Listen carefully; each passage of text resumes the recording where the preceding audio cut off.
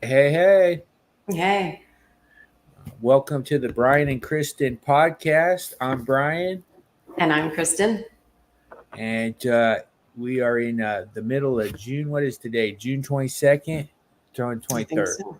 No, Or 22nd? 23rd, 23rd. 23rd. Okay, so it's June 23rd, and we're back again. We had a couple little break there because I was traveling, and then I got stuck in a flood in Miami last weekend, and so it's been 2 weeks, but now we're back. So that's good, right? Back on Mhm. track. And And did last, you realize we've been doing this for a year now? yes, I saw something post up of a year. So we've done pretty good. 35 episodes in 52 weeks. So we're a few episodes behind, but it's been going for a year. So thanks for everybody for tuning in, keeping us going, uh, which is really good. And Or more like we just show up regardless of if anyone's going to tune yeah, in or that's true. Okay, yeah. not. Congratulations, Brian. Yeah, yeah, we did it. We did it. Yeah. So we got to catch. I think we got. I think we're behind Joe Rogan by like 1,000 something episodes. But if we catch him, then we're okay. And just a few followers short of his following. Yeah, yeah, that's true too. That's true. That's very true. Um, so last episode we had a good question from George Silva, and in this episode we got a question from our buddy Tim Wackler from Covington, Oh, and all it's right. kind of similar to George's, but a little different. And I got the question here on my phone here. He says, "Can I ask you a question for your sister?" She says she's a psychic. Where can she see dead people? How does she work around? How does she work around when her loved one dies? Can she talk to her loved one too, or no? I would like to know. Thanks. Bye. So, All well, you right. got a couple questions to answer there in that one. So, uh, Yeah, well, okay. Well, first I'll start with I can't see dead people. I'm glad I don't see dead people because that would freak me out. So I don't see them, but I can like sense their presence. I can get like visual images and things, kind of like what we talked about last time. So I don't actually see dead people because that would be very scary to me. Although some people can like see full body apparitions. I do not. Um, and then, oh, how does it work when a loved one dies? Well, I think that's one of the reasons why how I even discovered that I could do this was because, for those who don't know, our dad died when I was 18. I guess, Brian, you were 19. 19. Okay. Yeah. Um, and I think that's where I started to, like, at the very beginning, question, like, I didn't understand. We just lived and then we died and that was it. Like, I just thought it was kind of weird. And then I started practicing law and then I was like, wait, we live, we do a job we hate, and then we die. Yeah, So I true. just started to question a lot of things. And so through that is, a lot of personal development and different like spiritual journeys. And then that's where I discovered that I was a medium. So I think that by dad passing away, it was one of the things that had me questioning a lot of like what actually happens afterwards. Um, so initially I couldn't, like when I started to realize I could give messages and have a sense about people who have passed away, I never really got the sense about dad. And so sometimes it's harder, I think, to like experience your own loved ones because you're so close to them. But since then, I feel like I've been able to connect better. Like, so a lot of times there's signs and symbols. And I like to tell people when I work with them, like, that's one of the things that you can start to do to understand that your loved ones are near. So, for example, I'll see 9/11 a lot, which was dad's birthday, September 11th. So I'll happen to look at the clock almost every morning. I'll look at the clock right at 9/11 or Hmm. at nighttime. So there's different things where I feel like it's a real, like there's a way that they're still communicating with us, but that took me a while to figure out. So, and sometimes I feel like I can get messages and things, but to me, it's more like symbols and signs. Some people might say, well, you're making that up. I don't know how much I see all of that. I would find it hard to believe that I could be making that up. And even if I'm not, it's still, I mean, even if I were to be making it up, I still feel like I'm still getting messages and that helps me. So either way, it wouldn't really matter. And then what was the rest of that question? Uh, he says, "How can she see dead people?" She said, "You can't do that." How does she work around when her loved one dies? She just You just did that one, right? Yeah. Hmm. And can she talk to her loved one too, or no? Yeah, I feel like you can always kind of ask a question, whether it's out loud or just in your mind, and get like answers for different things. Or maybe it is like asking a question and then later seeing something that like represents, like maybe gives an answer. So, also, with Kitty, our mom's cat passed away this week.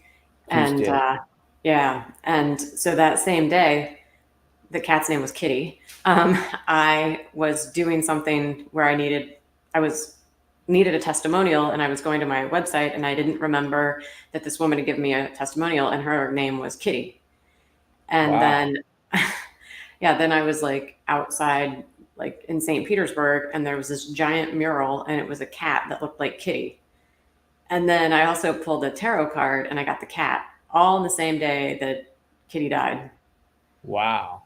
So those were things where I felt like it was kind of like Kitty was like, "Hey, I'm not here, but I'm here. Like I'm already." And so I think it depends on how people believe or how that makes them feel. But for me, sometimes I feel like it's like knowing that they're still here, even though they're not in physical form, they're still energetically around us. So that's how I experience it. But it's taken a lot of work. And I have a friend who's a known medium, and her brother passed away a couple of years ago, and she'll share this story, with people, is that like she still hasn't been able to connect with him. So, it's I don't know. I don't know if there's a real way to describe how that happens or doesn't happen. So with Kitty, what does the cat tarot card represent?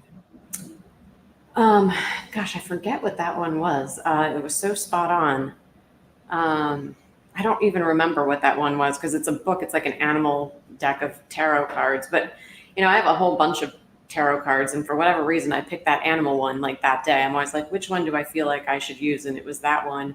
And then it's funny because that cat picture is the one that's like on the front cover of the box. And then when I opened it up and shuffled, that was the card that fell out. And I was like, okay, could that be? And I did it again, and it was the same card. Like there's 50 some cards in that deck. How did I get the same one twice? Hmm. So what do you think Kitty was trying to say? I think Kitty was just trying to say that like she's around, that she's still present, and that, she's like on the other, obviously on the other side, but like was just being like present. And I feel like it was more of like joy and letting me know that she's okay. Hmm. And a lot of times people can be the messenger for somebody else, right? Like, so of course she's going to let me know so I can say, share that with mom. Mm-hmm. Yeah. Oh man, that's tough. So, well, I think we got Tim's questions. Hopefully, I have to make sure we Just like, keep whoa, him I don't list. know if that was kind of a crazy answer, but No, I mean it makes sense. Let me just make. Yeah, we got it. I mean, that was his. Yeah, the one about Kitty, man. That's pretty crazy. So you saw a statue of Kitty, somebody's name Kitty, and then a cat on the tarot card. yeah. And then it was like a mural, like a wall paint, like it was an outside building of a wall with this giant cat that looked like Kitty, like painted with like stripes and everything. And I actually went by it again today, like not meaning to. It just is like, so there are things like that where I believe that you can start to see things where, and it's almost like they play games with you, like in a fun way, like, oh, I wonder what's going to show up today, or just different things. So sometimes it's like if you keep seeing the same symbol, it's sometimes you got to question like, okay, well, how come I keep seeing that, or what does that mean? And then it's like, what does that interpretation mean to you personally? Like maybe, I don't know, maybe somebody's favorite flower was like a red rose, and then all of a sudden you see more red roses or paintings of red roses or things that you normally might not see, but now all of a sudden they're everywhere. Hmm. All right, that's cool. Well, Tim, thanks for chipping in there, Tim. That was uh, two weeks in a two. Well, we had to take a week off, but 2 weeks in a row of good questions from the audience, which I think makes the podcast more fun. So, for those of you listening, if you have any questions for either one of us, uh, please send it to us, post it in the comments, or email it, and that'd be great. And we've done 1 year of podcasts, 1 year. And did that come up on your? How did you know that it was a year? Because I think it came up on my Facebook. Yeah, mine came up on my Facebook too. Okay. Yeah. So 1 year already. Geez, we're doing good. So Um, oh, and something else though, if I can add, because I just did this over the last couple of weeks. Well, yeah, I came up with the flying medium. cool. And so I made a website and did a bunch of like the offerings that I have available. So if anybody is interested in just like seeing anything else further, it's theflyingmedium.com. So I put that together in the last couple of weeks. So you go on flights and give them a medium reading? I mean, I don't, but I could. But I Okay. also, well, what I wanted to incorporate in that as well, one of the service offerings is that I could do a reading if somebody's looking to go on a trip and like give the reading, figure out like where might be a good destination for them to go, like depending on like, what comes up in the reading. And then I'm actually able to plan the travel too. So it's like both, like you can get a reading and figure out where you want to go and then I'll book all Okay. the travel because That's a that's one good, of my skill sets. yes. Kristen's an expert at finding travel for people with the hotels, with the flights, which comes in very handy. I got to say, that's very helpful. I had a good stay when I was in Tampa when I got stranded there. So that worked out good. Good. So, well, that's I think that's a pretty good episode. We got everything covered. So, what's next? You got the flying medium. Anything else? Uh, that's pretty much it for now. I think the flying Okay. medium, it took a little bit of time, but that's about it for now. And people are also curious as to how your foot is doing. Oh, so I'm out of the boot. I'm Good. trying to. I got out of the boot a couple days ago, and now I'm trying to walk normally again, which is much harder because I haven't used my calf muscle in over 7 weeks. So it's harder than it Man, seems. Yeah. well, hopefully you'll So get back and be able to run another 5 or 10. Because wait, you ran a half marathon in Madrid, Spain, yeah, right? So correct. you got to get back up to that kind of shape. Yeah, I know. So hopefully, not Yeah. hopefully, I will, but I don't know how long it's going to take. Okay. Well, cool. Well, that was a great one, Kristen. All right. Thanks for joining me, guys. If you have any questions, let us know, and we'll answer them. And we'll see you on the next one. Bye. Bye.